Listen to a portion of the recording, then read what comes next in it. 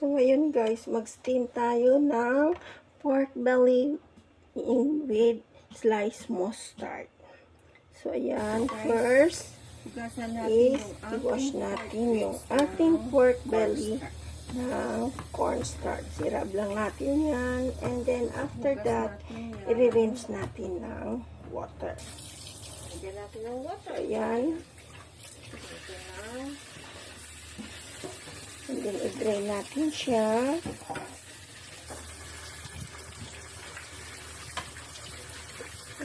Pag-rinse natin, and then after that, pag-rinse pa lang, is i-drain siya natin. I-drain lang siya natin. After natin ma-rinse, so yan, i-drain muna natin siya. And then later. And then after na siyang ma-drain, so i-marinate siya natin ng black bean, soy sauce, salt and sugar, garlic, ginger, strip ginger yan guys. And then chicken powder. So if you're not using chicken powder, you can omit it. And then cooking oil, cornstarch,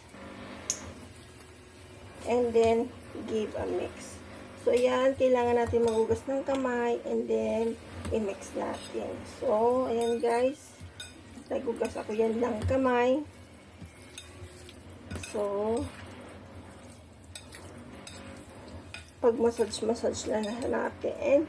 And then after that, ilagay natin yung ating sliced mustard. So yan ang brand Yummy House. So yan, after that yan guys, paghaluin lang natin and then sisit aside muna natin mga around mga 10 minutes. And then, pag mag-cook tayo ng rice, i-steam natin siya to save and electricity and at the same time, energy. So, ayan, while nagkukook tayo ng rice, i-steam siya natin. So, now, it's time to steam. So, steam na siya natin guys around mga 15 minutes. And then, after 15 minutes, ayan, tumunog na yung aking rice cooker. It means it's already done. So, now, i-take out na siya natin. And, ready to serve. So, now, thank you guys for watching. And see you for my next video. Bye-bye.